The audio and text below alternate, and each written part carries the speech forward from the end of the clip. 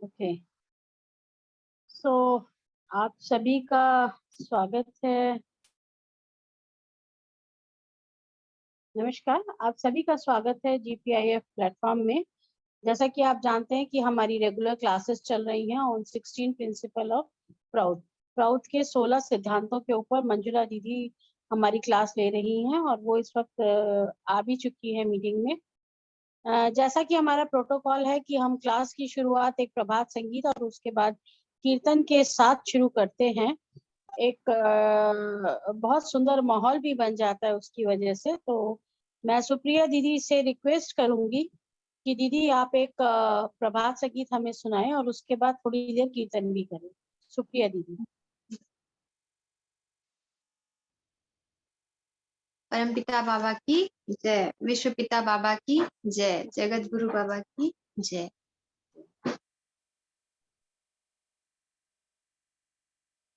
सुरभित पावने मनेरी मधुबने, मनेरी राजा गोपने, सुरभित पावने मनेरी मधुबने, मनेरी राजा गोपने, केहुई जानिबे ना मोर मेरे साधना, নীরবে গোনা গোনে, মনেরই রাজা এসো কোলে, সুরভিত পবনে মনেরই মধুবনে, মনেরই রাজা এসো গোপনে,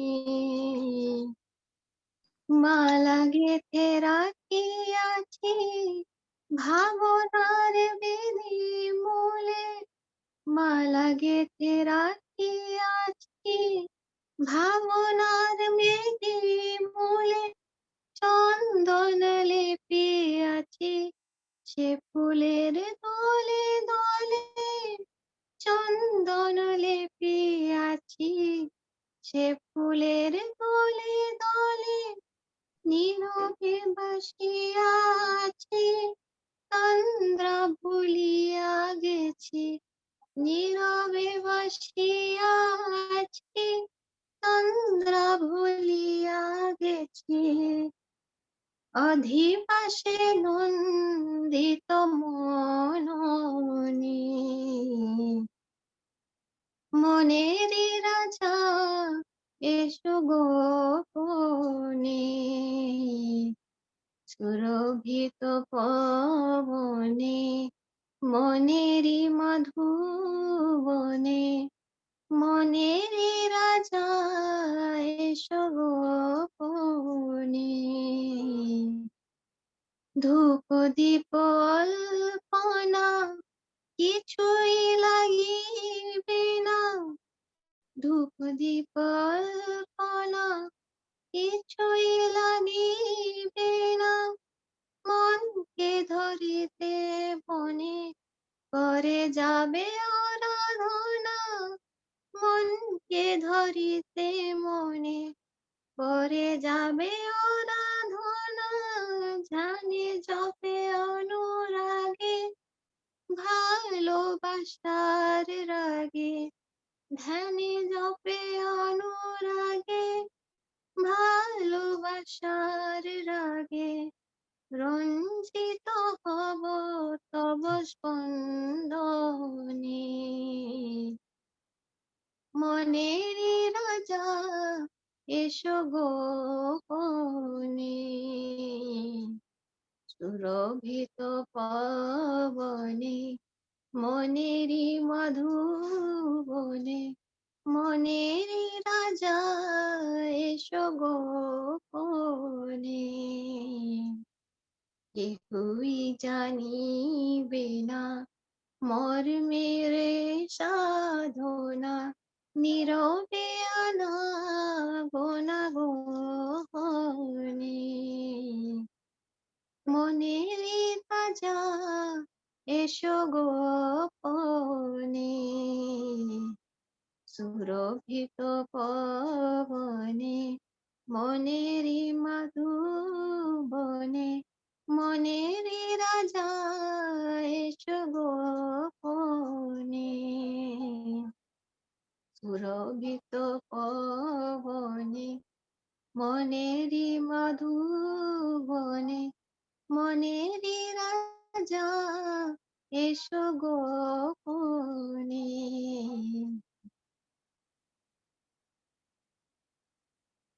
বাবা নাম কেবলম বাবা নাম কেবলম বাবা নাম কেবলম বাবা নাম केवलम बाबा नाम केवलम बाबा नाम केवलम बाबा नाम केवलम बाबा नाम केवलम बाबा नाम केवलम बाबा नाम केवलम बाबा नाम केवलम बाबा नाम केवलम बाबा नाम केवलम बाबा नाम केवलम बाबा नाम केवलम बाबा नाम केवलम बाबा नाम केवलम बाबा नाम केवलम बाबा नाम केवलम बाबा नाम केवलम बाबा नाम केवलम। परमपिता बाबा की जय।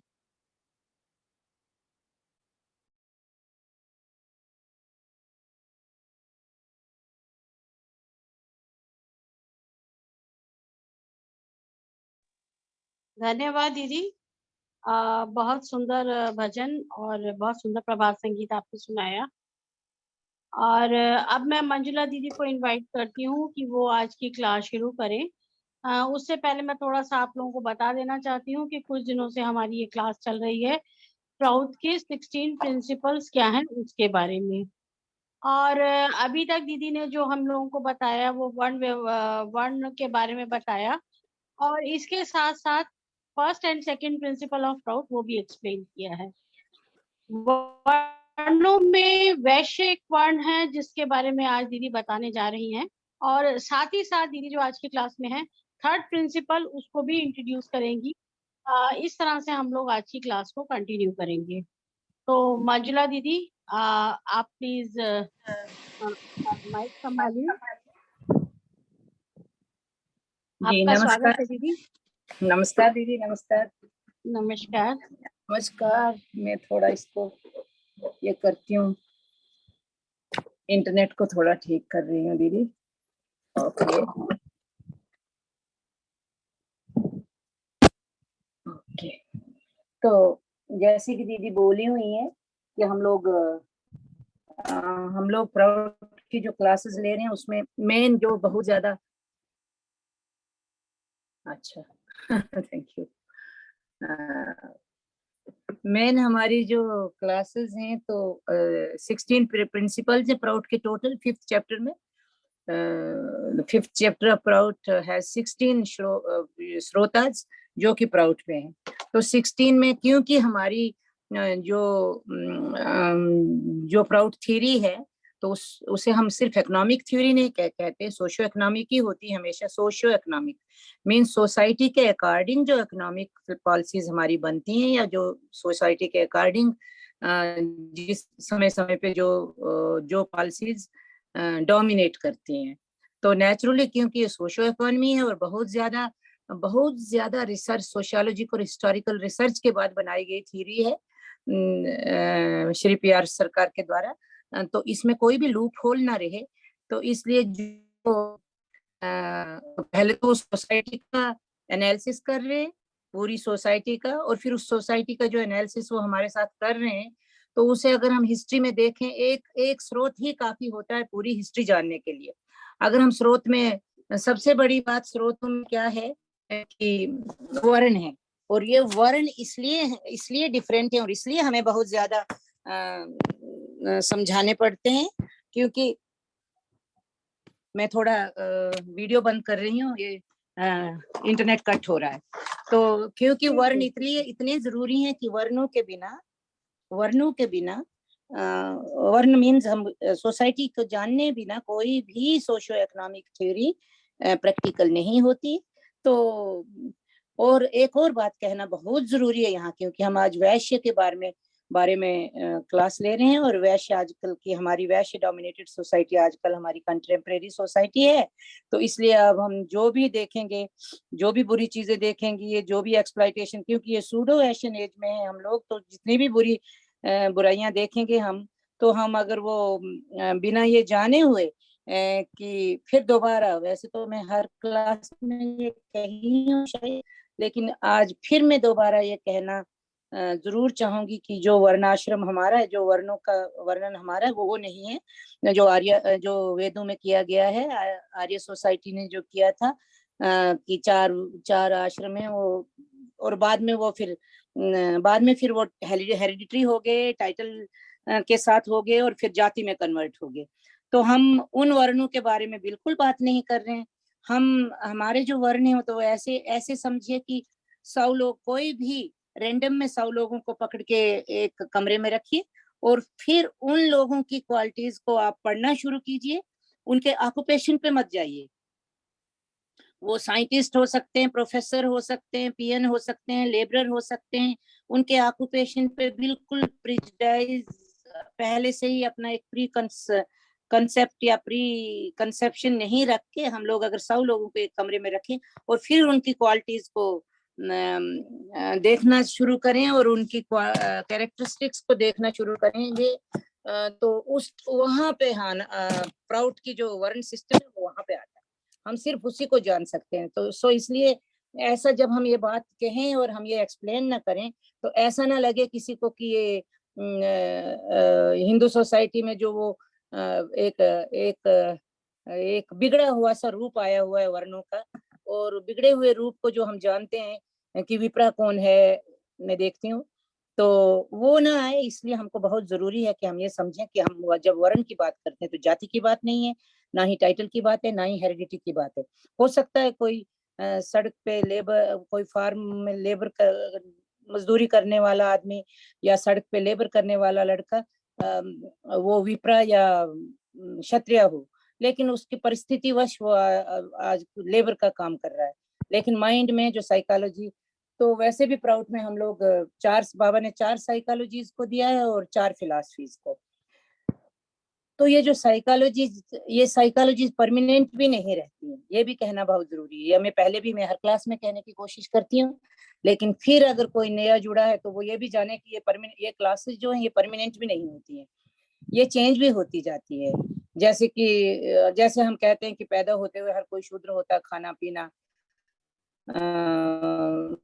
रिलीव करना, और अगर फिर बड़ा होता है, फिर द्विज होता है, फिर इनिशिएशन होती है, फिर वो गुरुकुल में जाते हैं, पढ़ते लिखते हैं, फिर उनको पता चलता है कि उनका इंटरेस्ट क्या है। तो ये चीज ना तो कोई जन्मजात शूद्र होता है, ना कोई जन्मजात विप्रा होता है, ना कोई जन्मजात वैश्य होता है। ये एक्सपोजर के साथ ये क्लासेस चेंज होती हैं, और ट्राई के साथ भी होती हैं, और हमारी एफर्ट के साथ भी चेंजेस होती हैं। तो इसीलिए 4 तरह की साइकोलॉजीज भी हैं, 4 तरह की साइकोलॉजी जो हमारी है, 4 तरह के वर्ण, तो हमने कहा 4 तरह की साइकोलॉजीज हैं, और 4 तरह की फिलॉसफीज भी हैं जो प्राउड कहता है। तो ये 4 तरह की फिलॉसफीज को मानने के बाद भी माइंड एक पर्टिकुलर थॉट पे जाता है। तो ये 4 तरह की जो साइकोलॉजीज हैं, वो भी हमारे माइंड को किसी ना किसी ग्रुप में बिठाने की में बहुत ही बहुत ही हेल्प करती है, बहुत ही सहायक होती हैं। जैसे कि वो 4 साइकोलॉजी हमारी एक चार साइकोलॉजीज तो हमारे वर्ण हो गए और 4 फिलॉसफीज होगी जो वो वर्ण फिलॉसफी मानेगा। तो एक हम जानते हैं कि मैटर सेंटर्ड है, डॉगमा सेंटर्ड फिलॉसफी है, मैटर सेंटर्ड है, सेल्फ सेंटर्ड है और फिर गॉड सेंटर्ड है। तो डॉगमा सेंटर्ड इन फिलॉसफीज में हम कभी भी बाद में भी कभी लंबी क्लास ले सकते हैं, लेकिन आज हम सिर्फ थोड़ा सा इसे टच करेंगे। ये 4 साइकोलॉजीज, ये 4 फिलॉसफीज के पढ़ने से भी हम एक वर्ण से दूसरे वर्ण में जाते हैं, उनको फॉलो करने से भी। कोई भी ये जो वर्ण है ना तो ये परमानेंट है ना ही परमानेंट रहेंगे, लेकिन हाँ ऑलमोस्ट 70% 60% जो वर्णों का वर्णों की एक हम देखते हैं किसी में कुछ अभिव्यक्तियां तो वो एक वर्ण में रहती हैं। तो ये बाद में क्या होता है कि इन वर्णों को ठीक ठाक रखने के लिए ब्लड प्योरिफिकेशन का सोच के, गोत्र सिस्टम को सोच के, गोत्र में शादी नहीं करने, दूसरे से करना है, ये सारी चीजें ब्लड को प्योरीफाई रखने के लिए या अपने उन स्ट्रीक्स को, वर्ण के स्ट्रीक्स को रखने के लिए जो शुरू हुई थी, तो वो बाद में तो, लेकिन फिर भी हम देखते हैं क्वेश्चन आना चाहिए, लेकिन क्वेश्चन आने से पहले भी मैं बताती हूँ कि फिर भी हम देखते हैं कि हम कहते हैं कि गोत्र के बहुत नजदीक में शादियां होने से जेनेटिक्स प्रॉब्लम आएंगी, तो इंटेलेक्ट भी वीक होगा, माइंड भी वीक होगा, ब्रेन भी वीक होगा, नर्वस सिस्टम वीक होगा। लेकिन दूर शादियों में वन ऑफ द फैक्टर, दूर की शादियों में ये फैक्टर नहीं रहेगा, तो रोबस्ट रहेंगे, स्ट्रांग होगा, नर्वस सिस्टम स्ट्रांग होगा, ब्रेन होगा।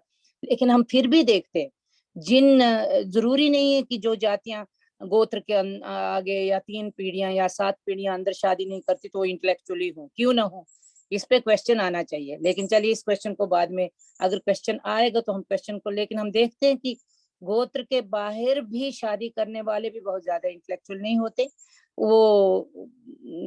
ये सारी चीजें मिला के एक वर्ण को बनाती है। कहने का मतलब यह है कि वर्ण ना तो जन्मजात है और ना ही परमानेंट है।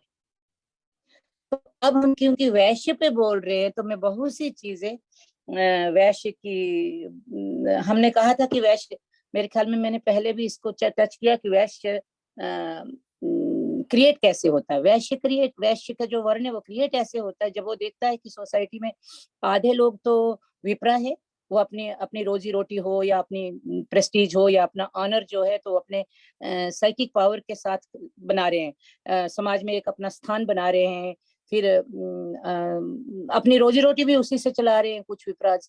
और फिर देखता क्षत्रियाज हैं जो अपना ऑनर, अपनी रिस्पेक्ट, वो भी अपनी रिस्पेक्ट और ऑनर एक तरह से पार है अपने बाहुबल से, अपने परिश्रम से, अपने काम से।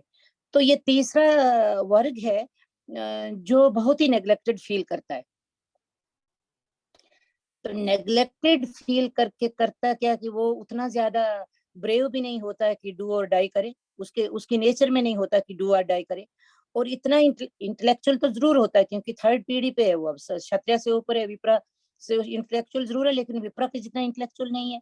और ऑनर उसको भी चाहिए लेकिन क्षत्रिय की तरह बाहुबल नहीं है। तो वो उसका ब्रेन जो यूज होता है तो वो यूज हमेशा करता है कि मैं इन दोनों को यूज करके अपना ऑनर कैसे सोसाइटी में अपने ऑनर को एस्टेब्लिश करूं। तो क्योंकि वो समझता है कि मेरे पास तो उतना इंटेलेक्ट भी नहीं है कि मैं किताबें लिखूं और उसमें फिर मेरा ऑनर हो और फिर मुझे रिकग्निशन मिले।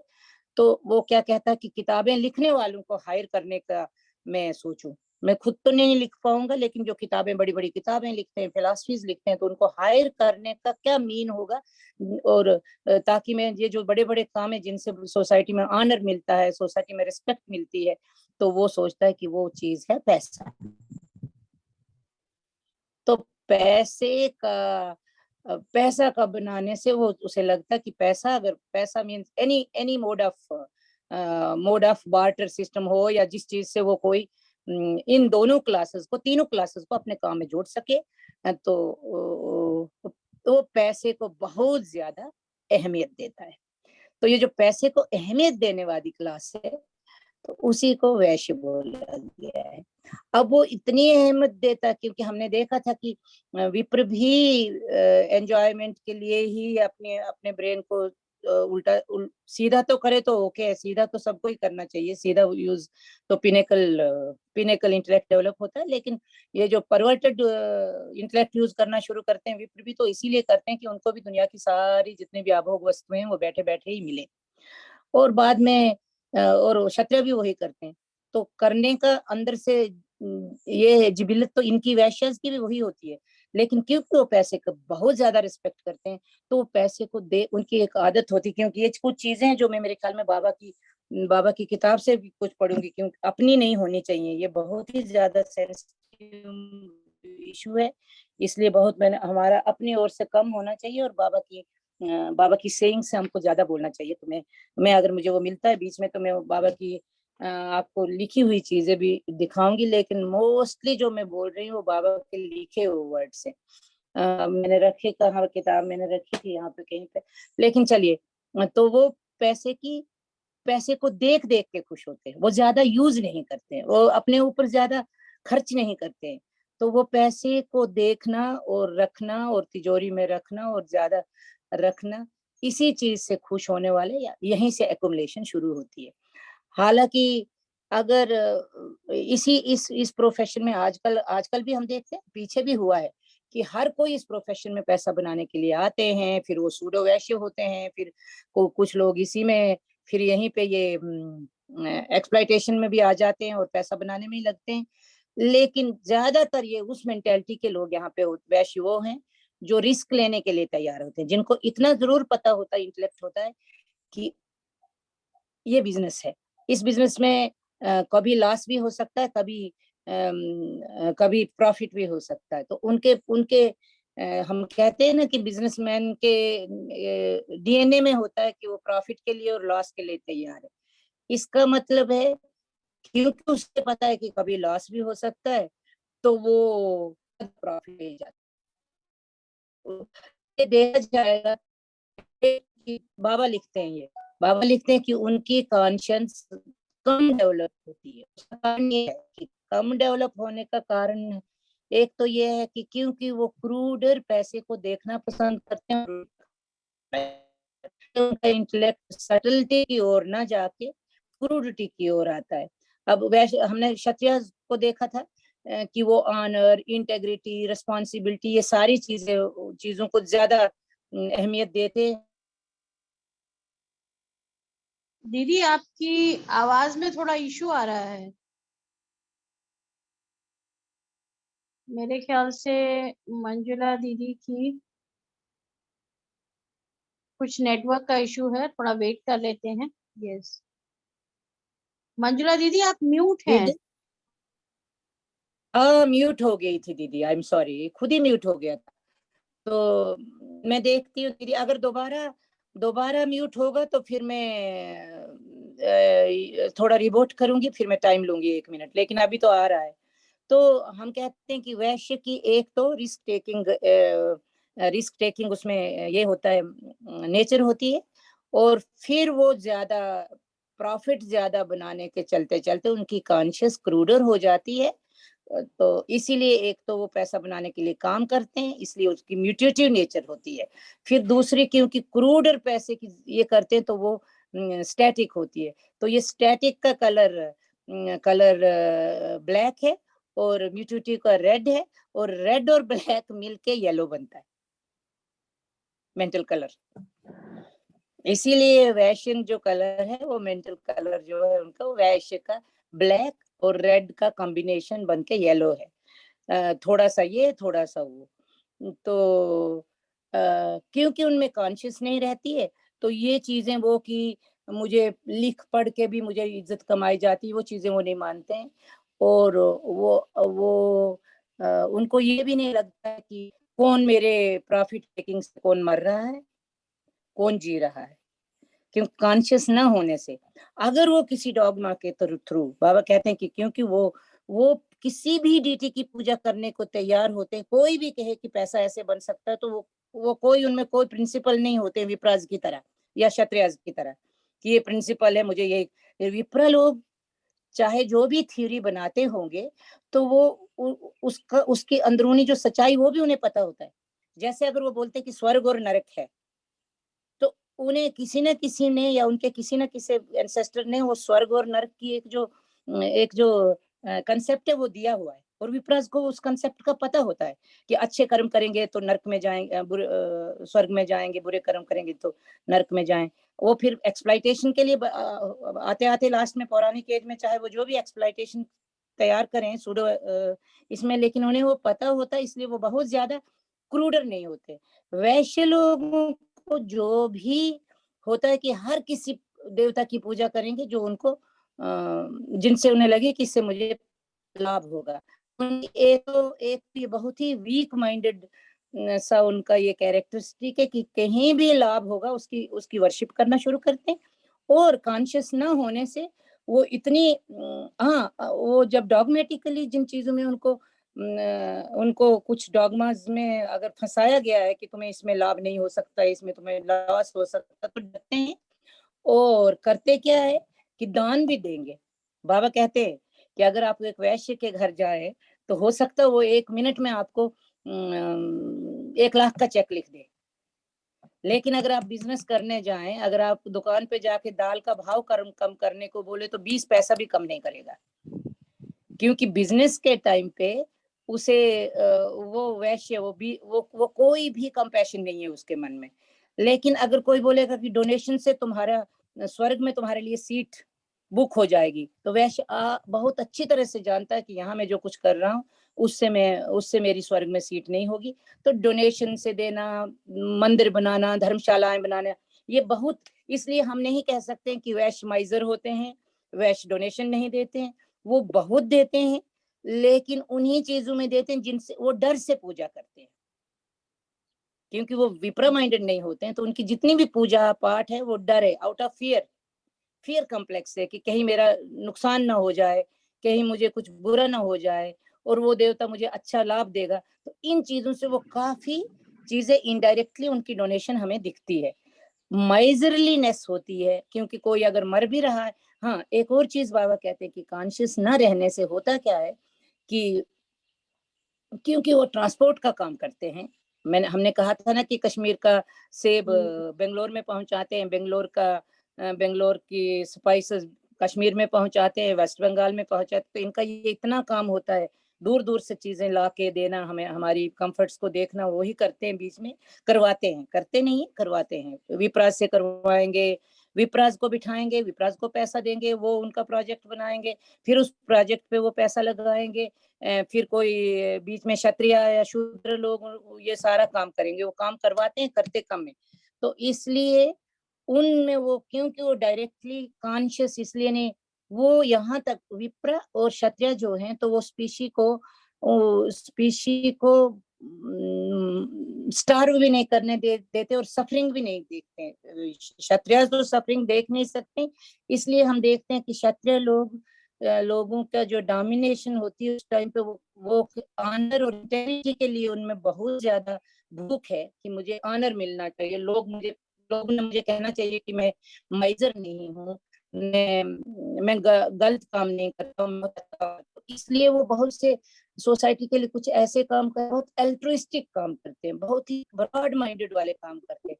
तो हमने देखा कि क्षत्रिय एज में लोग स्टारवेशन से, फेमिन से या आर्टिफिशियल स्टारवेशन से मरने नहीं देते हैं। तो हम जानते हैं, हम हिस्ट्री में स्टोरी पढ़ते हैं चंद्रगुप्त मौर्य की, देखते हैं कि उनके राज्य में जब ये हुई, क्या कहते हैं उसको, फेमिन हुआ, सूखा पड़ा, तो लोग त्राही त्राही करके लोग मर रहे थे। तो लास्ट में ये कहा जाता है, कुछ लोग कहते हैं कि उन्होंने सुसाइड किया, लेकिन कुछ लोग कहते हैं कि वो फिर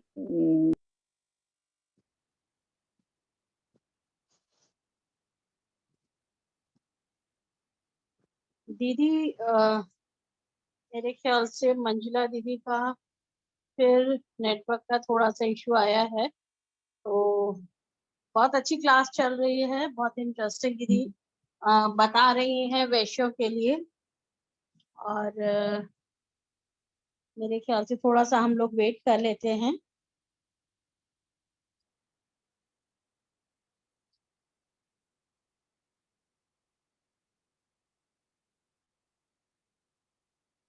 मीनवाइल मैं आप लोगों को थोड़े एक दीदी मैं announce- सुनाई दे रहा हाँ सुनाई दीदी दे रहा है? अब आ रहे हैं, अब सुनाई दे रहे हैं। ठीक है दीदी, मैं एक और भी रेडी रखती हूँ, अगर दोबारा जाऊंगी तो मैं दूसरे दूसरे नेटवर्क पे चली जाऊंगी, साथ में रखती हूँ। तो ये बात है दीदी कि जैसे हम चंद्रगुप्त मौर्य का देखते हैं कि सूखा पड़ा होता है, तो उस सूखे में वो अपने राज भंडार राज्य भंडार जो होता है, राज्य भंडार को खोल देते हैं सबके लिए। जी अब हो गया। तो दीदी वो अपने जो राज्य का भंडार होता, रॉयल भंडार होता, उसके उसके दरवाजे खोल देते हैं सबके लिए। जब वो देखते हैं कि सब लोग खाने के बिना उनकी हालत बुरी है और लास्ट तक जब उनसे नहीं होता है, तो फिर वो अपने रॉयल भंडार को खोल के, क्योंकि उन्हें पता होता है कि रॉयल भंडार कितनी देर तक चलेगा इतने लोगों को, प्रजा के लिए। तो भंडार खोल के, और उन्हें ये भी पता होता है कि अगर अगर ये दरवाजे खुल गए प्रजा के लिए तो रॉयल फैमिली भी मर जाएगी, रॉयल फैमिली भी भूखी मरेगी, रिएक्शन से मरेगी। तो वो दरवाजे खुलवा के अपने आप निकल जाते हैं बाहर। कुछ लोग कहते हैं कि उन्होंने सुसाइड किया, कुछ लोग कहते हैं कि वो फिर चले गए तपस्या करने गए। लेकिन कुछ भी है, ये होता है क्षत्रिय माइंड में कि वो किसी को मरता हुआ नहीं देखते हैं। फिर उनको ऑनर पे वो, क्योंकि उनका ऑनर उन्हें कचोटता है कि ये लोग मर रहे हैं और मैं कुछ नहीं कर पा रहा। तो वैश्य लोगों में वो नहीं रहता, वो कॉन्शियस नहीं रहती है। इसीलिए वो क्या करते हैं, वैश्य, मैं कौन से वैश्य बोल रही हूँ, मैं कोई बिजनेस क्लास का नहीं, बिजनेस क्लास भी हम बाद में लेंगे, मैनेजमेंट और बिजनेस क्लास का भी लेंगे जो मनी रोलिंग कर रखते हैं। लेकिन ये वो कैटेगरी है जो पैसे की बिल्कुल पूजा और तिजोरी में रखना चाहिए, वो अपने ऊपर भी ज्यादा नहीं खर्चते। इसका मतलब माइजर हो जाते। जो लोग अपने ऊपर भी ज्यादा पैसा नहीं खर्चेंगे, और पैसा, फर्ज कीजिए अगर पैसा आता है 25 पैसे में, 25 पैसे हम कहीं नहीं, 25 रुपए हम कहीं लगाते हैं, और अगर अगर हमें उसमें से 100 रुपए का प्रॉफिट होता, 75 रुपए अगर उस पर प्रॉफिट होता और 10 रुपए उस पर अगर लागत लगती है, तो बचता है हमारे पास कितना, ऑलमोस्ट 65 रुपए। तो कुछ लोग होते हैं कि 10 रुपए की लागत लगी है, 65 रुपए लगे हैं, 65 में से और भी कुछ थोड़े से निकाल के बांट देते हैं सब में, लेबर में। तो वो तो that is good business technique. और वो होते हैं वो बिजनेस में जो विप्रा होते हैं, क्षत्रिय होते हैं, लेकिन इस टेक्निक इसमें आए होते हैं। लेकिन कुछ वो होते हैं जो बिल्कुल, वो अगर 75 छोड़ के 100 रुपए भी बनेगा तो वो ना खर्च करते, दिखाते भी नहीं। या बहुत आजकल के जो कैपिटलिस्ट है वो क्या करते हैं कि 100 का 100 पे 100 भी उनको प्रॉफिट होता है, तो वो बांटने में, इसीलिए हम कहते हैं ना, आजकल कहते हैं ना, आजकल हमारे पॉलिटिशियन, आजकल हमारे राहुल गांधी भी कहते फिरते हैं कि कंसंट्रेशन ऑफ वेल्थ हो रहा है। वेल्थ बन तो रही, लेकिन कंसंट्रेशन ऑफ वेल्थ हो रहा है। तो ये कंसंट्रेशन ऑफ वेल्थ जो हो रही है वो इसलिए हो रही है कि 100 पे 100 भी कमाने के बाद उन कमाने वालों में बांटते नहीं है ना। तो विप्रा क्षत्रिय जो भी उनको कमा के देते, विप्रा क्षत्रिय शूद्र क्लास, तीनों क्लासेस से पैसा बन रहा है। पैसा कोई अकेले वैश्य नहीं बना रहे, कहीं भी नहीं बना रहे, शूद्र विप्रा क्षत्र सबसे वो पैसा बना रहे, लेकिन फिर उनमें बांटते नहीं है वापस। वो जो पैसा बचेगा या तो वो देखने के लिए उसको एकोमुलेट करते हैं, नहीं तो उसका एक और, अब बताइए ना, एक बिजनेस तो होता है कि मेरी एक दुकान है, चलिए दुकान का मैं 10 दुकानें खोल दूं, ये है बिजनेस। लेकिन मैं दुकानें ना खोल के एक मॉल, 2 मॉल, मॉल ही मॉल, और हर सिटी में एक अपना मॉल खोलूं, हर सिटी में नीडल से लेकर एरोप्लेन बनाने तक मेरी भूख ना खत्म हो। जो कि भूख, हम लोग कहानियां पढ़ते हैं कि हमारे कहते हैं कि एक कहानी है, वो सबने सुनी होगी कि हमारे जो बड़े पैसे वाले बिरला थे, कहते हैं कहीं घूमने जा रहे थे और कहीं हिल स्टेशन पे एक बहुत बड़ा बंगला देखा, तो बोले ये हिल स्टेशन तो बहुत अच्छा है, जरा पता करो तो ये बंगला किसका, हम ही खरीद लेते हैं, ये बहुत अच्छा है, बहुत सुंदर जगह है और ये इतना सुंदर बंगला है, तो जाओ पता करो कि ये किसका है, ये मैं खरीदना चाहता हूँ। तो जब उनके पीए या कौन थे वो उतर के देखते हैं, हिल स्टेशन तो बहुत अच्छा है और हिल स्टेशन की जमीन भी किसी एक की है और उस पर एक बहुत खूबसूरत सा बंगला या रिजॉर्ट या कुछ भी है, तो वो बोलते हैं नहीं नहीं सर ये तो बिरला का है। तो बताइए ये इतनी वेल्थ और उस पे और वेल्थ एक्युमुलेट करने की जो भूख है वो आजकल के, और उनमें ये भी होता है, हम देख उसमें बाबा लिखते हैं, ये मैं क्योंकि मैं बाद में किताब लास्ट में मुझे समय मिलेगा तो मैं बाबा के वर्ड्स में भी पढ़ाना चाहती हूँ, क्योंकि ऐसा ना हो कि हम लोग कहीं गलत इसमें चले जाएं। कंटेम्परेरी है ना, एज कंटेम्परेरी है, तो ऐसा ना हो कि कुछ लोग इस पे सोचे कि ये गलत है या कोई एग्जाम्पल हो कि ऐसा नहीं। तो वो आजकल क्या करते हैं, क्योंकि वो उनमें वो उनमें वो सटलर फीलिंग्स नहीं है, क्रूडिटी आ गई है माइंड में। तो चीजें जब सस्ती मिल रही हैं तो उनको होर्ड करना, लोग मर रहे हैं, वार हो रही है, युद्ध हो रहा है। आजकल हम देखते हैं रोज टीवी पे यूक्रेन वार हो रही है, और उसमें प्रॉफिट कमाने वाले कितने लोगों के इंटरव्यूज आते हैं, किसी न किसी चीज से प्रॉफिट कर रहे हैं। लोग मर रहे हैं, दवाइयों पे प्रॉफिट कर रहे हैं, लोग मर रहे हैं, खाने पे प्रॉफिट कर रहे हैं, लोग मर रहे हैं, ब्रेड पे प्रॉफिट कर रहे हैं। इसका सोच फील्ड में हम लोग जाने से डरते हैं, लेकिन वो पैसा बनाने की जो मेंटेलिटी, वो नहीं डरते। वो वहां जाके पैसा बनाने का सोच रहे हैं कि वार में कैसे, फेमिन में कैसे किया जाए, कोविड है, कोविड में कैसे पैसा बनाया जाए। तो और फर्ज कीजिए कि कॉलरा शहर में बीमारी स्प्रेड हुई है, उस बीमारी में प्रॉफिट कैसे बनाया जाए। और लोगों की लाशों पे, हमने तो यहाँ तक भी देखा कि कुछ लोग लाशों से कपड़ा उठा रहे,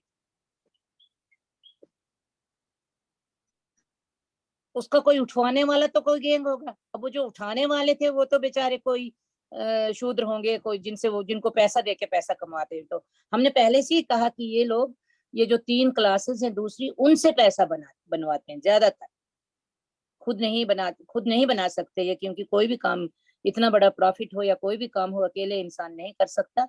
लेकिन वो उन लोगों से, अब वो कफन, हमने देखा था कोविड के टाइम पे कि कफन के कपड़े वो उठा के, उनको धो धा के, फिर प्रेस वगैरह करके, फिर दुकान पे जब बेचा जा रहा है। हमने ये सारी चीजें देखी है। तो ये कौन सी मेंटेलिटी होती है? हम और आप तो नहीं कर सकते ये कौन सी मेंटेलिटी है? या हम कहेंगे कि नहीं, लेने वाले तो कोई बड़ा कैपिटलिस्ट नहीं आया था, लेकिन कोई ना कोई तो ब्रेन था जो उसमें प्रॉफिट बनाने की सोच रहा था, जो शायद हो सकता है वो 150 या 200 रुपए का कपड़ा लाता था और 25 रुपए देता था लाने वाले को, मास्क 25 भी, लाने वाले को मिलता होगा। दीदी मास्क का भी ऐसे ही रीयूज हुआ था, मास्क भी वॉश कर हाँ करके सेल हाँ, कर। तो इन चीजों में कोई ना कोई ब्रेन होता है। करने वाले जो हमें दिखते हैं वो तो पेटी होते हैं, वो तो शूद्र क्लास होती है कि मजबूरी में काम करते हैं, 25 उनको मिलता है, उसमें से 150 रुपए या 100 रुपए का प्रॉफिट कोई और गैंग करता है। तो ये जो है, ये मेंटेलिटी इनमें होती है कि अभी होर्ड करना है, ऑनियन होर्ड कर देते हैं जब सस्ती मिलती है, सस्ती मिलके ऑनियन खूब खरीद लेंगे, मिडिलमैन उसको होर्ड करेंगे, और फिर जब लोग त्राही त्राही करेंगे ऑनियन के लिए, तो फिर वो ऑनियन को छोड़ेंगे मार्केट में, और बहुत ज्यादा ऑनियन, फिर एक ही त्राही त्राही होगा कि ऑनियन के रेट ज्यादा हो। टमाटर का भी वैसे आजकल मैं देखी, मुझे कोई बोल रहा था, मैं तो नहीं गई थी लेने, बोल रहा था कि 75 रुपए टमाटर मिल रहे हैं, मेरी लड़की को करेक्ट करेक्ट, यही रेट है। 75 रुपए टमाटर।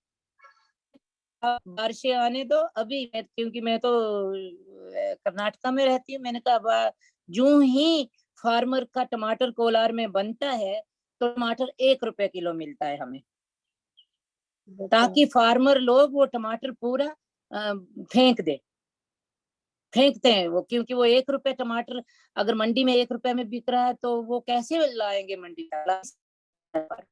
तो ये बीच में जो होर्डिंग का बिजनेस है, ये वैश्य करते हैं, और उनको उनको उनको इतना भी, और वो बाबा की लिखी हुई चीजें कि वो डोनेशन करने में बहुत आगे रहते हैं। वो चींटियों के लिए हमेशा हाथ में चीनी लेके चलते हैं कि चींटी को चीनी लानी, लेकिन वही चीनी किसी उनके साइड पे कोई बच्चा मर रहा हो बिना डिहाइड्रेशन से, तो उस बच्चे को वो चीनी नहीं देंगे वो। तो ये एक डेमोनिक सी, ये जो एक तो बाबा तो हर चीज को सिंपैथेटिकली देखते हैं, एक तो इनकी जो क्रिएशन हुई है वो ही वैसे हुई है कि उनको लगा कि मैं ना तो मैं क्षत्रिय हूँ, ना तो मैं विप्र, ना मेरे पास उतना ब्रेन है, ना मेरे पास बाहुबल है, तो मैं क्या करूँ। तो इसका मतलब कहीं ना कहीं तो साइकिक शुरू जब वैश्य शुरू आए थे, उन्होंने तो अपने लिए फिर ऑनर कैसे बनाया, पैसे से ही बनाया। तो हम देखते हैं कि शाइलाक, हम लोगों ने शाइलाक इसका मर्चेंट्स ऑफ वेनिस पढ़ा होगा, तो लोगों ने पढ़ा होगा, मैं तो क्लास में था 10th में पढ़ने को।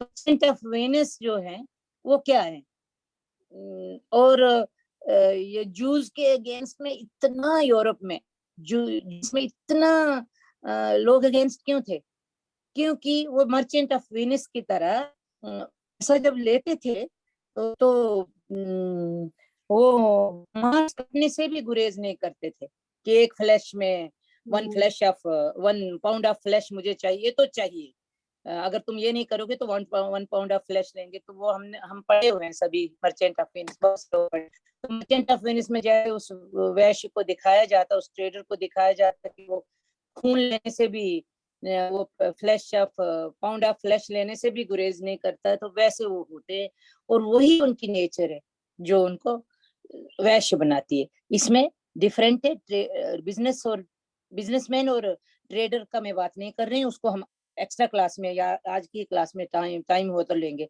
बिजनेस तो बाबा लिखते हैं कि इनके साथ, इनको देख के बिजनेस कोई भी विप्र भी आके करेगा, क्षत्रिय भी आके बिजनेस करेगा, तो उसमें वो डाइल्यूट कर देते हैं वैश्य इनका, जैसे कि वैश्य ने, हाँ अब यही वैश्य है अपने लिए, क्योंकि इन्होंने विप्राज को भी अपने अपने अपने अंडर ले लिया, क्षत्रियों को भी ले लिया, तो जितना भी बाहुबल से जो ऑनर लिया जाता वो भी वैश्य के नाम पे हो गया, ब्रेन से जो ऑनर मिलता वो भी। और क्योंकि विप्राज स्टार्टिंग में जब उन्होंने विप्राज को अपने अंडर किया तो उनसे उन्होंने टाइटल भी ले लिए। तो बाबा कहते हैं जैसे कि जब सभी चीजें, पैसा हुआ, ये हुआ, और फिर अपने नाम के साथ श्रेष्ठी, टाइटल पहला वाला श्रेष्ठी, श्रेष्ठ है, सेठ, जो ये तो फिर बाद में हेरिडिटी बन गए ना, श्रेष्ठी से, श्रेष्ठी मीन्स मैं श्रेष्ठ हूँ। विप्र तो नहीं मिला, विप्र लोग ने उनको विप्र तो नहीं दिया, पंडित तो नहीं दिया, लेकिन श्रेष्ठ दिया। तो बाबा कहते श्रेष्ठ, श्रेष्ठ से फिर बनते बनते सेठ, श्रेष्ठ, श्रेष्ठ, श्रेष्ठी से श्रेष्ठ, और फिर सेठ, सेठी, ये जो वर्ड आया है तो उन्होंने अपने लिए जो टाइटल लिए। और साधु, साधु, फिर साधु हुआ, फिर साहू, ये जो अपने लिए जो टाइटल विप्राज ने दिए, उनको अपने लिए लिया या विप्राज ने दिए, क्योंकि विप्राज लोगों का काम करना शुरू किया इन्होंने पैसे से, तो उन्होंने इनको ये जो टाइटल दिए, उन टाइटल से उनके ये टाइटल्स आज तक भी चलते हैं। आज तक नहीं, आज तक तो ये हेरिडिटरी है। मैंने पहले ही कहा कि हम इसको हेरिडिटरी पॉइंट ऑफ व्यू से, हेरिडिटरी के चश्मे से देखना भी नहीं चाहिए। प्राउटिस्ट को तो बिल्कुल भी नहीं हेरिडिटरी। अगर अगर मैं राजपूत हूँ तो मेरे बेटा भी राजपूत ही होगा, ये चीज प्राउटिस्ट को तो बिल्कुल भी मन में नहीं रहनी चाहिए।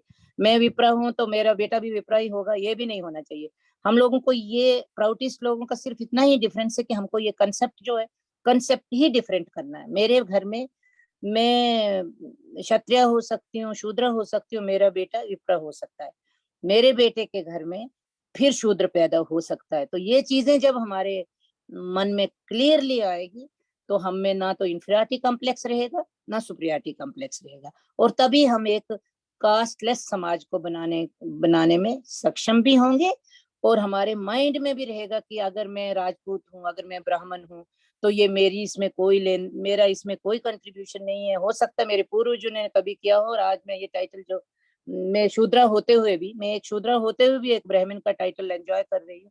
तो ये चीजें जब तक हम प्राउटिस्ट के मन में नहीं आएंगी तो क्लासलेस सोसाइटी बनने का स्वप्न पूरा होगा ही नहीं। और क्लासलेस शुरू होने का श्री आनंद हमारे गुरुदेव जी ने इसीलिए शुरू किया था कि कास्ट को देखे बिना शादी आरंभ करो, कास्ट एक कास्ट में ना करो। तो ये सेंटिमेंट निकालने के लिए बाबा ने तो शुरू कर दिया है। और दूसरा वैश्य की लास्ट में उनकी जो वैसे तो हम जानते हैं कि फिर हर वर्ण जब ये बनता है, एक्सप्लॉइटेटिव मोड में जाता है, तो फिर वो एक्सप्लॉइटेशन करता है। एक्सप्लॉइटेशन के बारे में भी हम जरूर देखेंगे, या क्योंकि समय हो रहा है, मैं 2-3 चीजें और बोलना चाहती हूँ। तो हो सकता है इसके एक्सप्लॉइटेशन पे अगर हमें कुछ क्वेश्चन आंसर आए तो उस पर हम बात करेंगे। और जो कंटेम्प्रेरी एज है उसको भी देखेंगे, और कंटेम्प्रेरी एज के जो वैश्यन एक्सप्लॉइटेशन से चीजें हो रही वो भी हम देख सकते हैं। लेकिन अब हमारा हो गया, पहला तो था वर्ण प्रधानता चक्रधारायम, वो हमने खत्म, उसी को आज हमने खत्म कर दिया, वर्णों को खत्म कर दिया है। अगर इसमें से कुछ क्वालिटीज बची हुई हैं, कुछ कैरेक्टरिस्टिक बचे हैं, तो अगली क्लासेस में भी हम उनको कहीं ना कहीं टच करेंगे, या क्वेश्चन आंसर में भी टच करेंगे। कुछ क्वालिटीज कैरेक्टरिस्टिक्स क्योंकि बाबा एक एक वर्ण का एक्सप्लेनेशन में 3-3 4-4 चैप्टर लिखते हैं, तो वो पूरा उनको एक ही आधे घंटे में कलेक्ट करना, कहीं कोई चीज भूल भी जा सकते हैं हम लोग। तो हमने अब वर्ण प्रधानता चक्रधारा एवं चक्र केंद्रीय सद्विप्रा चक्र नियंत्रिका, ये दो हमने लिए हैं, क्योंकि हमने चक्र केंद्रीय चक्र नियंत्रिका नियंत्रिका पे हमने कम लिया है, लेकिन सद्विप्र पे हमने ज्यादा पूरी क्लास ली है कि हुई सद्विप्रा। फिर उसके बाद हमने सिर्फ इतना लिया है कि सद्विप्र कंट्रोल करेगा, हाँ, पुश करेगा। तो हमने पूरी क्लास चक्र नियंत्रिका पे नहीं लिए, लेकिन सद्विप्रा चक्र केंद्र पे लिए, सद्विप्र की क्वालिटीज पे ली हुई है कि who will be the sadvipra and where will he be located. तो ये चीज पे हमने क्लास ली है, लेकिन how he will be controlling the chakra हमने क्लासेस नहीं लिए। आगे वाले जो प्रिंसिपल्स होंगे उसमें वही लिखा हुआ है। तो आगे वाला जो तीसरा प्रिंसिपल है, तीसरा, चौथा, पांचवा, सात प्रिंसिपल्स तक यही है कि नियंत्रण कैसे करेंगे। और 8वां प्रिंसिपल फिर आता है कि वैचित्र प्राकृत धर्मा समानाना भविष्यते, वो 8वां, वो हम बाद में जाएंगे। पहले तो हम ये चक्र केंद्र सद्विप्र चक्र नियंत्रिका के बाद देखते हैं कि शक्ति, अब जो हम कहते हैं कि चक्र को कैसे नियंत्रित करेंगे, तो शक्ति संपाते न चक्र गतिवर्धनम क्रांति।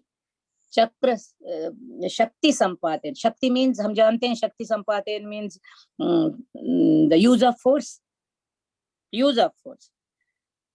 चक्र की गति को स्पीड अप करने के लिए अगर यूज ऑफ फोर्स किया जाता है और उस फोर्स से चक्र की गति को स्पीड अप किया जाता है, थोड़ा अगर फर्ज कीजिए एक व्हील को 1 घंटे में 50 मीटर जाना था, हमने उसको जोर लगाया और 100 मीटर चला गया, तो इसको क्रांति कहते हैं। किसी भी चक्र का नेचुरल गति एक है ही है, चाहे हम करें ना करें, सो के रहें, बैठे रहें, सब देखते रहें, एक्सप्लॉइटेशन देखते रहें, फिर भी वो चेंज होगी, साइक ही चेंज होना है, लेकिन देर लगेगी। एक चक्र अगर नेचुरल वे में उसका 1 घंटे में 50 मीटर चल रहा है, तो उसको अगर हम थोड़ा सा धक्का दें और 100 मीटर करें तो वो क्रांति है। लेकिन बहुत ज्यादा धक्का दे, तीव्र, ये तीसरा श्लोक है, ये तीसरा नहीं, 3 तो हो गए, चौथा श्लोक है, चौथा स्रोत है, चौथा प्रिंसिपल है कि सिर्फ थोड़ा सा धक्का से तो 100 मीटर हो गया, तो वो हो गई क्रांति। क्रांति आ जाती है समाज में, बहुत बार क्रांति आई है, तो हम बात करेंगे क्योंकि इस पे भी बात लंबी होगी, बहुत बार लंबी क्लास होगी।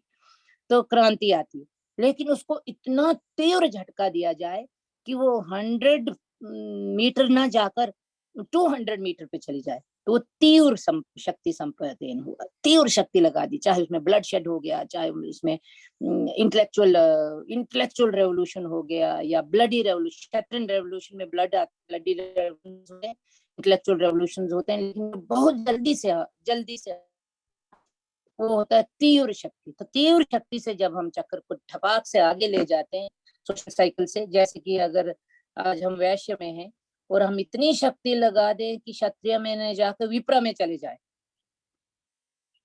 सोसाइटी को चक्र को इतना ज्यादा चक्र लगाया जाए कि क्षत्रिय एज को बीच में आने ही ना दे और विप्र में ले जाए, तो वो तीव्र विप्लव हो गया। विप्लव नहीं, हाँ विप्लव हो गया, और ले गए आगे हम, तो सीधा विप्र एज में भी ले गए। तो लेकिन फिर अगर हम वहां गए और फिर कोई बोले कि नहीं, हमें तो वापस जाना, हमें अभी शूद्र एज में ही रहना है, जैसे कि बहुत से लोग आजकल कहते हैं हमें नहीं जाना अगली एज में, हमें शूद्र एज में ही रहना।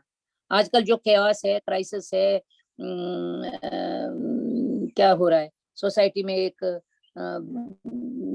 कानून नहीं मानना, रूल नहीं माने, फैमिली रूल नहीं माने, तो ये शूद्र क्वालिटीज है। तो वो किसी की फैमिली रूल्स नहीं मानते हैं, कोई लॉ नहीं मानना, तो वो वैश्य साथ साथ में शूद्र क्वालिटीज मिलके आजकल हमारा समाज चल।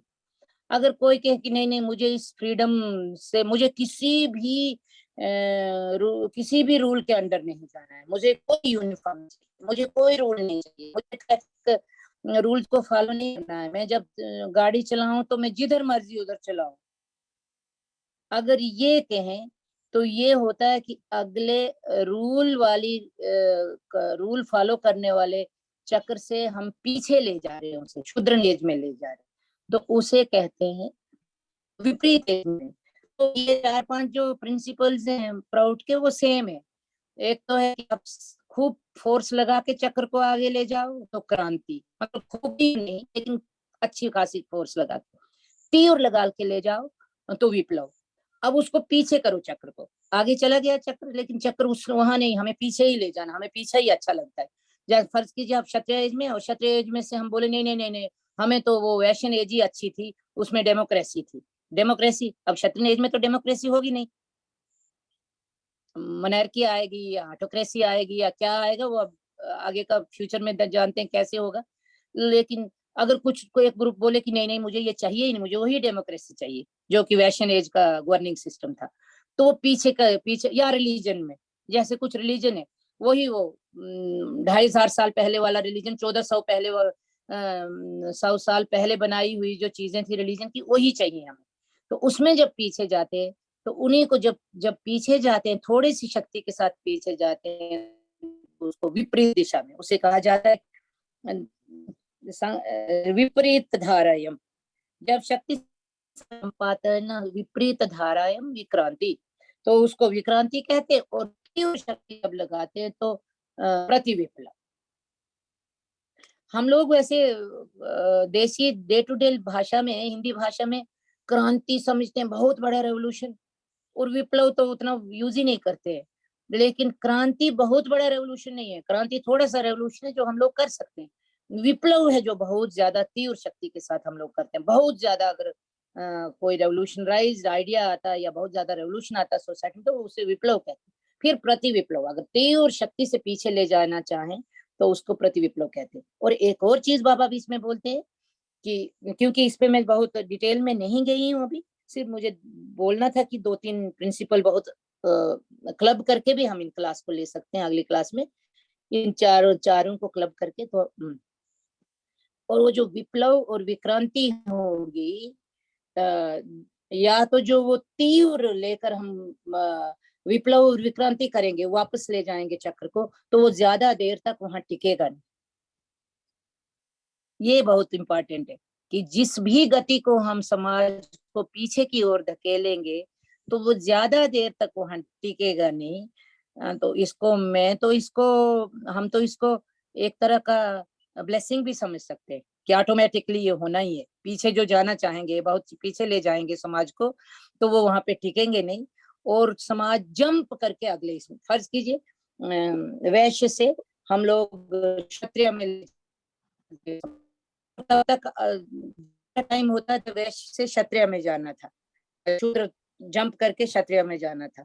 लेकिन हमने क्या किया कि समाज को रिलीजियस वे में या किसी भी वे में पीछे ले गए, वैश्य एज से पीछे ले गए, या क्षत्रिय एज में ले गए, या विप्र एज में ले गए, तो वहां से फिर जंप कर देगा वो समाज। क्योंकि क्षत्रिय एज में रिलीजन का बहुत बोलबाला था, फिर वैश्य एज में उतना नहीं है। अब अगर हम वैश्य से क्षत्रिय की ओर जाने से अगर हम बोले नहीं नहीं हमें क्षत्रिय एज ही अच्छी लगती है, पीछे के रिलीजियस चीजें, और वहां जाएंगे तो वहां ज्यादा देर टिकेंगे नहीं, और छलांग लगा के फिर उसी एरा में आएंगे जो एरा ऑलरेडी चल रहा है। क्षत्रिय में ले जाते हैं, फर्ज कीजिए रिलीजियसली हम क्षत्रिय एज में ले जाते हैं, पीछे की रिलीजन में, तो हम उस रिलीजन वाले एरा में ज्यादा देर तक नहीं रहेंगे, एकदम छलांग लगा के आगे वाले एरा, चाहे वो विप्रा है या वैश्य है या क्षत्रिय है, इस आने वाली एज में फिर हम लोग चले जाएंगे। तो वहां चेंजेस तो होगा तो भी वैश्य एज या विप्रा एज या क्षत्रिय एज, लेकिन बहुत चेंज होगा, क्योंकि वो पेरिफेरी से निकला, वो चक्र के उस ढांचे से निकला हुआ, वैश्य के एक क्षत्रिय एज से निकल के विप्र में गया हुआ, विप्र से फिर वैश्य में गया, वैश्य से फिर शूद्र में आया, शूद्र से फिर क्षत्रिय में गया। तो इतनी चेंजेस आ गई हैं उस समाज के ढांचे में। तो अगर हम बोले कि नहीं 2,500 साल पहले वैदिक सिस्टम अच्छा था, हमको वहीं पे जाना है, हमको वही रिलीजन फॉलो करना है, वैदिक सोसाइटी बहुत अच्छी थी, अच्छी होगी, जरूरी है उसको पढ़े लिखे, उसकी अच्छाइयां आज की सोसाइटी में लाएं। लेकिन अगर हम बोलेंगे कि वैदिक सोसाइटी अच्छी थी, हमको वहीं जाना है, तो वहां पे हम फिर वो क्षत्रिय एज होते हुए भी हम वहां नहीं टिक पाएंगे। वहां से चार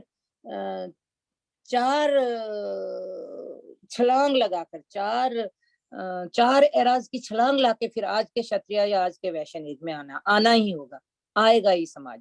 तो इसलिए जो लोग पीछे की ओर धक्का देने की कोशिश में लगे रहते हैं, वो कभी बहुत देर तक वो पीछे तक समाज को पकड़ के नहीं रख सकते। समाज फिर अपने उसी, जैसे हमने देखा यूएसएसआर के ब्रेकअप के बाद, यूएसएसआर कितना स्ट्रांग था, यूएसएसआर ब्रेक हो गया, फिर हमने देखा वो दूसरी भी सोसाइटीज कितनी ब्रेक हो गई, वो फिर कैसे कैसे कहाँ आई, ये हम नेक्स्ट क्लास में या क्वेश्चन आंसर में जरूर लेंगे।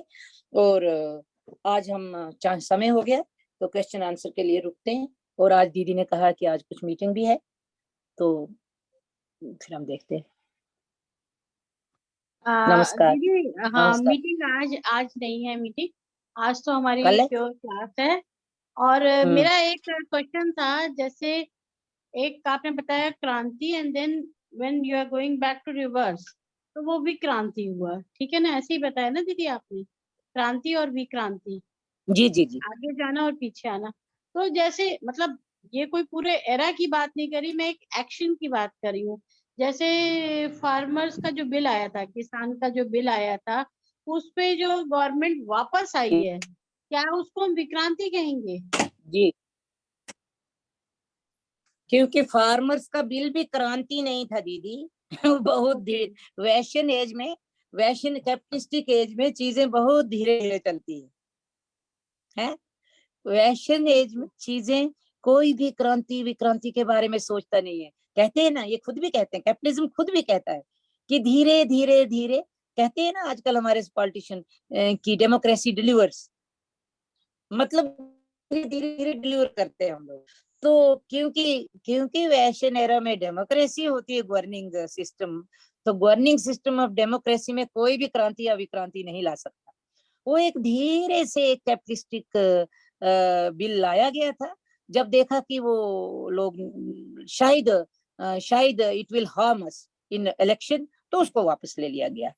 अब उस पे भी हम बहस कर सकते हैं कि वो कितना अच्छा था कितना बुरा था। कैपिटलिस्टिक एरा के लिए वो अच्छा था, लेकिन उसको ऑन द होल देखा जाए तो वो कितना अच्छा था।